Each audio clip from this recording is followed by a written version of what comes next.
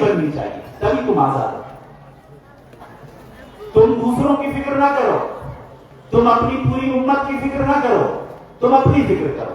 یہی وجہ ہے کہ آج اور ہم سب رونا روتے ہیں کہ بھئی آج کوئی ایک دوسرے کی مدد نہیں کرتا، ہر ایک کو اپنا پیٹ پالنے سے فرصت نہیں ہے، اپنے بچوں کی ترقی کے علاوہ وہ دوسروں کی طرف متوجہ ہی نہیں ہوتا، اپنی ترقی کے علاوہ دوسروں کی طرف متوجہ نہیں ہوتا۔ وجہ کیا ہے؟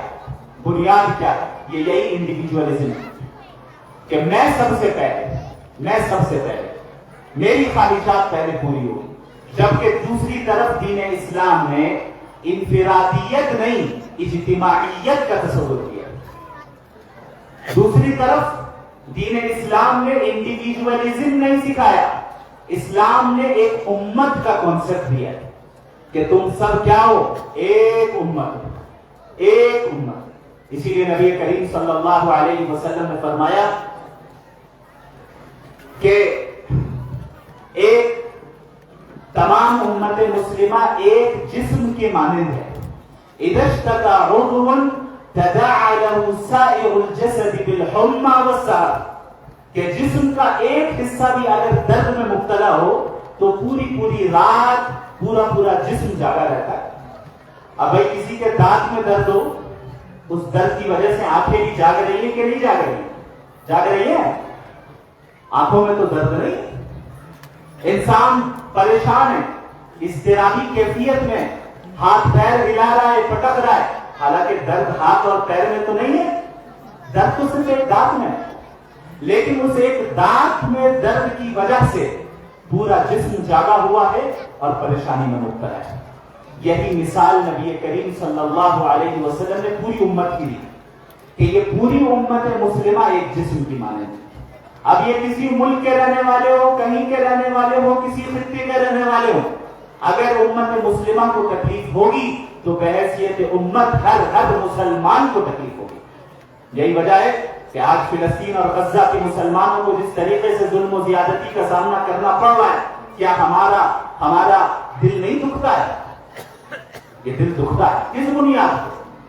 لوگ کہتے ہیں بھائی وہ تو دوسرے ملک کے ہیں، وہ تو دوسری زبان بولتے ہیں، وہ تو دوسرے علاقے سے تعلق رکھتے ہیں، پھر تمہیں کیوں پریشانی ہو رہی ہے؟ ہمیں اس لیے پریشانی ہو رہی ہے کیونکہ ہم امت واحدہ ہیں۔ یہ کنسپٹ اسلام نے دیا۔ دوسری طرف مغربی تہذیب نے اس کا بالکل الٹا کنسپٹ دیا کہ اپنی فکر کرو، امت کی فکر نہ کرو، دوسروں کی فکر نہ کرو، پڑوسی کی فکر نہ کرو۔ افسوس کی بات ہے ہمارے معاشرے میں ان آداب اور ان اخلاق اور جو پڑوسیوں کے حقوق، رشتہ داروں کے حقوق ہیں، ان کو ادا کرنے کی ذمہ داری کا احساس ہمارے اندر سے ختم ہو گیا۔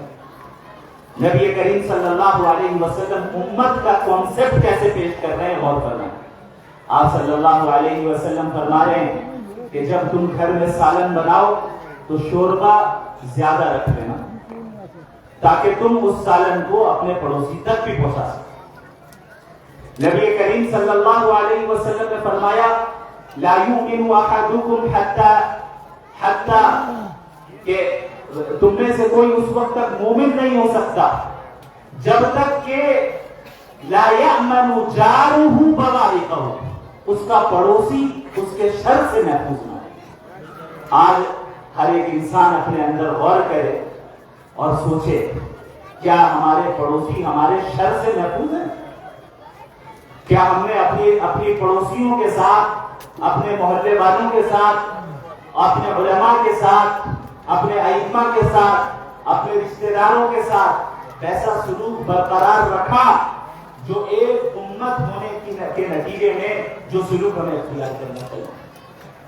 یہ ہے دراصل سلو پوائزن جو مغربی تہذیب نے ہمارے دلوں میں اور دماغوں میں داخل کیا۔ دوسری چیز جو مغربی تہذیب کی طرف سے ہمارے معاشرے میں عام ہوئی ہے وہ ہے ایبسلیوٹ فریڈم، مطلق آزادی۔ ہر انسان یہ چاہتا ہے کہ میں جو چاہتا ہوں اسے کرنے میں مجھے مکمل آزادی ملنی چاہیے۔ مغربی تہذیب یہی بتاتی ہے، تبھی جا کر آپ حقیقی معنی میں لبرٹی کو حاصل کرنے والے ہوں گے، آزادی کو حاصل کرنے والے ہوں گے۔ کون سی آزادی؟ اللہ سے بغاوت کرنے والی، جہاں ہمیں وہ کام کرنے کی اجازت مل جائے جن کاموں کو کرنے سے اللہ ناراض ہوتا ہے؟ کہ ایک انسان اگر گناہوں کو کرنا چاہے تو مغربی تہذیب کے نزدیک آپ کو کرنے کا حق ہے. اب قرآن اگر آپ کو کرنے سے روک رہا ہے یہ غلط بات، اللہ روک رہا ہے یہ غلط بات. آپ مذہب کے پابند کیوں ہو رہے ہیں؟ آپ اپنی خواہشات کی پیروی کیجیے. اور اسی کا ذکر قرآن کریم نے بڑے ہی خوبصورت انداز میں کیا ہے. افرأیت من اتخذ الہہ ہواہ، کیا آپ نے ایسے شخص کو دیکھا جس نے اپنی خواہشات کو ہی اپنا خدا بنا لیا؟ جو انسان خدا کی پیروی کرنے والا ہوتا ہے وہ دن رات اس بات کی کوشش میں ہوتا ہے کہ میں کیسے اپنے خدا اپنے رب کو راضی کروں. لیکن جب کوئی باطل خدا بنا لے، اپنے نفسانی خواہشات اور ڈیزائرز کو ہی خدا بنا لے، تو وہ انسان دن رات اپنی ڈیزائرز کو ہی پورا کرنے میں مصروف رہتا ہے. نتیجہ کیا نکلتا ہے کہ اس کو اس کے نزدیک اللہ پر اس کے نفس کو فوقیت حاصل ہوتی ہے. والعیاذ باللہ. آج ہم اور آپ ذرا غور کریں اور اپنی زندگی میں دیکھیں کہ زندگی میں کتنے لمحات ایسے آتے ہیں جہاں ہم جان بوجھ کر اللہ کے حکم کو پس پشت ڈالتے ہیں اور اپنے خواہشات کے مطابق چلتے ہیں اور پیروی کرتے ہیں. الحمدللہ یہاں کے جموں کشمیر کے بہت سی رسموں سے اور طور طریقوں سے اور افکار و نظریات سے میں اچھے طریقے سے واقف ہوں. جب ہمارے یہاں شادی ہوتی ہے تو اندازہ لگائیں کہ ہم کس طرح لاکھوں روپے اڑاتے ہیں. اندازہ لگائیں صرف اس لیے کہ لوگ کیا کہیں گے، صرف اس لیے کہ ہم ایک اسٹینڈرڈ سیٹ کریں گے، صرف اس لیے کہ میری خواہش ہے کہ ہم شادی کو سادگی کے ساتھ انجام نہ دیں بلکہ ان چیزوں کو کریں تاکہ معاشرے میں ہمارا نام ہو. ہوتا ہے کہ نہیں ہوتا ہے؟ کرتے ہیں پریکٹیکل چیزیں. کوئی ہوائی فائرنگ تو نہیں کر رہا، جانتے ہیں آپ سب کیسے ہوتا ہے. جب معاملہ جاب کا آ جائے، جب معاملہ نکاح کا آ جائے، جب معاملہ تجارت کا آ جائے اور شریعت ان تمام چیزوں میں حد بندی کر رہی ہے، لیمیٹیشنز کو کھینچ رہی ہیں، ایسے موقع پہ دراصل ایک مومن کا امتحان ہوتا ہے کہ یہ خدا پرست ہے یا نفس پرست ہے. یہ کس کو ترجیح دیتا ہے؟ اللہ کو ترجیح دیتا ہے یا انسانوں کے بنائے ہوئے اسٹینڈرڈز کو ترجیح دیتا ہے یا اپنی خواہشات کو ترجیح دیتا ہے؟ مغربی تہذیب کا نتیجہ یہ نکلا کہ ہم اب یہ سمجھنے لگ گئے کہ ہم اس طرح ہمیں مطلق آزادی حاصل ہے کہ اللہ رب العالمین بھی العیاذ باللہ میں نہیں ہو سکتا. در حقیقت ہم اپنے عمل کے ذریعے یہی ثابت کر رہے ہیں. بڑے افسوس کی بات ہے جب سودی لین دین کا معاملہ ہو، قرآن کریم کہہ رہا ہے کہ فَأْذَنُوا بِحَرْبٍ مِّنَ اللَّهِ وَرَسُولِهِ. اللہ نے سود کو حرام قرار دیا ہے. نہ سود لینا جائز ہے نہ سود دینا جائز ہے. لیکن تجارت کا مسئلہ آ گیا، چلو کوئی گنجائش نکل جائے، چلو ہم سودی لون لے لیں، چلو ہم سودی لون دے دیں. نکاح کا مسئلہ آ گیا، اللہ کے نبی فرما رہے ہیں ان اعظم النکاح برکۃ ایسرہم معونہ، کہ سب سے زیادہ بابرکت نکاح وہ ہے جس میں سب سے کم خرچ کیا جائے. نبی یہ فرما رہے ہیں، شریعت یہ فرما رہی ہے، لیکن ہمارا مزاج کچھ اور کہہ رہا ہے، ہماری مینٹالٹی کچھ اور کہہ رہی ہے، ہماری خواہش کچھ اور کہہ رہی ہے. ہم اس خواہش کی پیروی کریں گے. یہی تو ہے افرأیت من اتخذ الہہ ہواہ. کیا آپ نے ایسے شخص کو دیکھا، کیا آپ نے ایسے شخص کو دیکھا جس نے اپنی خواہش کو اپنا خدا بنا لیا؟ اللہ رب العالمین ہم سب کی حفاظت فرمائے. ایمان ایک ایسی دولت ہے، یاد رکھیں. میں اکثر کہتا ہوں اپنے بیانات میں، ہم نے ویسٹرن تعلیم اور ویسٹرن اداروں میں اپنی اولاد کو جو جھونک دیا ہے یہ سوچ کر کہ ایمان جائے تو جائے لیکن ڈگری نہیں جانی چاہیے. ہمارا بچہ کیسے ڈاکٹر بن جائے، انجینئر بن جائے، ہمارا بچہ اعلیٰ سے اعلیٰ افسر بن جائے، اعلیٰ سے اعلیٰ گورنمنٹ جاب مل جائے، اعلیٰ سے اعلیٰ تجارت کرنے والا بن جائے، بڑی بڑی ڈگریاں ہوں، عزت ہو، لیکن اس بات کی ہم فکر نہیں کرتے کہ ایمان محفوظ بھی ہے کہ نہیں۔ بڑی بڑی ڈگریوں کے مقابلے میں لاکھوں گنا زیادہ بہتر یہ ہے کہ ہمارے بچے جاہل بن کر مر جائیں لیکن ایمان کے ساتھ اس دنیا سے گزریں۔ جب تک یہ اہمیت ایمان کی اور حقیقت ہمارے ذہنوں میں نہیں آئے گی میرے بھائیوں، یاد رکھیں ہماری زندگی کا طریقہ کار اور انداز جو اسلوب ہوگا وہ کبھی تبدیل نہیں ہوگا، کبھی نہیں ہوگا۔ معذرت کے ساتھ سینکڑوں پروگرام کر لیں، سینکڑوں اجتماعات کر لیں، سینکڑوں تنظیمیں کھول لیں، لیکن اس وقت تک تبدیلی نہیں آئے گی جب تک ہم نے ایمان کو اہمیت نہیں دی۔ اب آپ دیکھیں قرآن کریم نے کس طریقے سے حضرت یعقوب علیہ السلام کا ذکر کیا۔ حضرت یعقوب علیہ السلام اپنی وفات کے وقت اپنی اولاد کو جمع کرتے ہیں۔ اب ہم نے اور آپ میں سے کوئی اس دنیا سے رخصت ہو رہا ہو تو اپنی اولاد کو بلا کر ہم لوگ کیا کہتے ہیں؟ بھائی آپس میں پیار محبت سے رہنا، فلاں جائیداد ہے اس کو آپس میں تقسیم کر لینا، نوٹوں کی گڈی وہاں پہ رکھی ہے اس کو بھی نکال لینا، اتنے زیورات ہے یہ بھی کر لینا وہ بھی کر لینا۔ کرتے کہ نہیں کرتے؟ فکر ہے کہ ہمارے بچے کی دنیا کیسی چلے گی میرے پاس، تو پہلے ہی موت سے پہلے بتا دے رہے کہ بھائی یہ کر لینا وہ کر لینا۔ اچھی چیز ہے، بری چیز نہیں، لیکن انبیاء کے مزاج کو میں بیان کرنا چاہ رہا ہوں۔ حضرت یعقوب علیہ السلام کا ذکر ہو رہا ہے سورہ بقرہ میں، ام کنتم شہداء اذ حضر یعقوب الموت اذ قال لبنیہ ما تعبدون من بعدی۔ حضرت یعقوب علیہ السلام کی وفات کا وقت قریب ہے۔ حضرت یعقوب علیہ السلام اپنی اولاد کو جمع کر رہے ہیں، اور جمع کر کے کیا کہہ رہے ہیں؟ یہ نہیں کہہ رہے ہیں کہ فلاں جاب اختیار کر لینا، فلاں ڈگری حاصل کر لینا، فلاں مال کو آپس میں تقسیم کر دینا۔ سیدھا اور سٹیک سوال، بتاؤ میری وفات کے بعد کس کی عبادت کرو؟ اللہ اکبر۔ یہ دیکھیں انبیاء کے نزدیک ایمان کی اہمیت، کوئی ادھر ادھر کی بات نہیں، سیدھا سوال، میری زندگی میں تو اللہ کی عبادت کرتے رہے، بتاؤ میری وفات کے بعد کس کی عبادت کرو؟ ایمان کی فکر۔ ایمان ہے تو سب کچھ ہے، ایمان نہیں تو کچھ نہیں، ایمان نہیں تو کچھ نہیں۔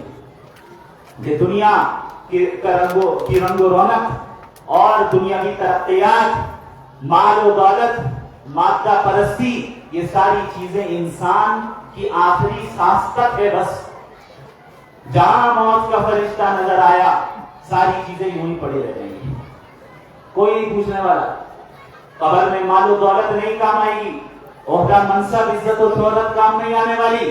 کیا کام آئے گی؟ کون سی چیز کام آئے گی؟ ایمان، ایمان۔ لہذا یاد رکھیں مغربی تہذیب کے نتیجے میں جو مطلق آزادی اور لبرٹی کا نعرہ لگایا گیا، یہ در حقیقت اللہ سے بغاوت کا نعرہ ہے۔ ہم میں سے ہر ایک نے یہ سمجھ لیا کہ ہم جو چاہیں گے وہ کریں گے، چاہے اللہ کے خلافی کیوں نہ ہو، شریعت کے خلافی کیوں نہ ہو، جبکہ نبی کریم صلی اللہ علیہ وسلم نے صاف صاف فرما دیا لا یؤمن احدکم حتی یکون ہواہ تبعا لما جئت بہ۔ تم میں سے کوئی اس وقت تک مومن ہو نہیں سکتا جب تک کہ اس کی خواہشات میری لائی ہوئی شریعت کے تابع نہ ہو جائے۔ جب تک کہ خواہشات شریعت کے تابع نہ ہو جائے ایک مومن کامل مومن نہیں ہو سکتا۔ اب ہم اور آپ زندگی کے ایسے موڑ پہ آ جائے جہاں ہماری خواہشات کچھ اور کرنے کو کہہ رہی ہے، اللہ کا حکم کچھ اور کرنے کو کہہ رہا ہے۔ اب امتحان ہے، اب امتحان حقیقی آزمائش۔ اب اگر ہم نے اپنی خواہش کو چھوڑ دیا اور اللہ کے حکم کو فالو کیا، در حقیقت یہ انسان اب کامل مومن بن رہا ہے، چونکہ اس نے اپنی خواہشات کو اللہ کی شریعت کے تابع کر دیا۔ جب یہ افکار ہمارے معاشرے میں آئے تو خود بخود ہمارے ذہنوں میں مادہ پرستی بھی آ گئی۔ مادہ پرستی یعنی مٹیریلزم۔ مٹیریلزم کسے کہتے ہیں؟ کہ بھئی صرف دنیا کی زیب و زینت، مال و دولت اور دنیا کی چیزوں کو اختیار کرنا، اسی کو کامیابی سمجھنا، یہ ہے مٹیریلزم۔ ہمارا مزاج ہے کہ نہیں ہے؟ اپنی گاڑی ہونی چاہیے، اپنا مکان ہونا چاہیے، اتنی بینک بیلنس ہونی چاہیے، فلاں جاب ہونی چاہیے، فلاں ڈگری ہونی چاہیے، فلاں تجارت ہونی چاہیے. اللہ حلال طریقے سے دے دے تو اس میں کوئی حرج کی بات نہیں، یہ تو اللہ کی نعمت ہے. لیکن جب انسان ان مادی چیزوں کو کامیابی کا ذریعہ سمجھنے لگ جاتا ہے، اب وہ اپنے آپ کو ہلاکت میں ڈالتا ہے. ہمارے یہاں کامیاب انسان کون سمجھا جاتا ہے؟ بھائی لوگ پوچھتے ہیں دنیا والوں سے، آپ کی کامیابی کا راز کیا ہے؟ آپ کے سکسس کا راز کیا ہے؟ آپ کیسے کامیاب ہو گئے؟ کس سے پوچھتے ہیں؟ جو بہت مال والے ہوں، جو دولت والے ہوں، جو شہرت والے ہوں، عزت والے ہوں.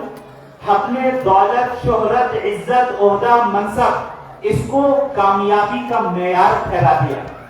تو جب ہمارے ذہنوں میں یہ اسٹینڈرڈ بیٹھ گیا کہ بھائی کامیاب انسان ہونے کا مطلب یہ ہے کہ تمہاری اچھی جگہ جاب لگ جائے، تمہارے پاس اتنے پیسے ہو، تمہارا اپنا بنگلہ ہو، تمہارے اپنی گاڑی ہو، تمہیں فلاں عہدہ مل جائے، تمہاری اتنی عزت ہو، تمہاری اتنی شہرت ہو. تو اب نتیجہ کیا نکلا؟ ہماری پوری زندگی کس طرح گزر رہی ہے؟ انہی چیزوں کو حاصل کرنے کے لیے گزر رہی ہے. جبکہ قرآن کریم نے جو کامیابی کا معیار پیش کیا، قرآن کریم نے جو سکسس کا معیار پیش کیا، وہ کیا ہے؟ آئیے قرآن سے پوچھیں. اللہ رب العالمین قرآن کریم میں فرماتے ہیں فَمَنْ زُحْزِحَ عَنِ النَّارِ وَأُدْخِلَ الْجَنَّةَ فَقَدْ فَازَ، کہ جو انسان جہنم کی آگ سے بچا لیا گیا اور جنت میں داخل کر دیا گیا، یہ انسان کامیاب ہے، یہ انسان سکسسفل ہے. اب ہو سکتا ہے کہ انسان بڑی مادی ترقیات حاصل اسے ہو جائے، بہت عزت و شہرت حاصل ہو جائے، مال و دولت حاصل ہو جائے، لیکن وہ جنت نہیں جا رہا ہے. ہمارے بنائے ہوئے اسٹینڈرڈ کے تحت کامیاب ہم انہیں سمجھ رہے ہیں، لیکن حقیقتاً وہ انسان اللہ کے نزدیک ناکام ہے.